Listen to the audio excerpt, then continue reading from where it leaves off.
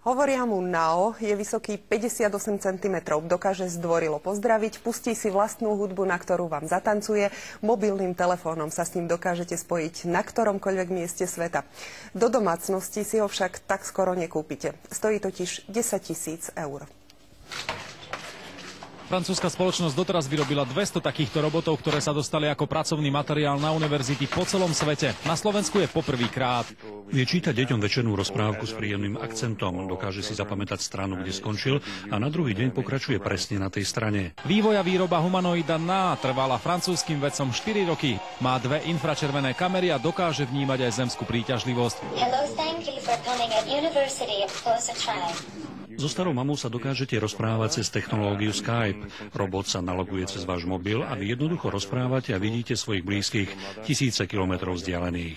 Na Technickej univerzite v Košiciach bude slúžiť ako pracovná pomôcka v Centre pre inteligentné technológie. Pôjde o to, aby študenti sa s ním v úvodzovkách hrali, ale to hranie by malo zvyšovať ich znalosti v oblasti programovania. Obavu o to, že roboty raz nahradia človeka, mať zatiaľ nemusíme.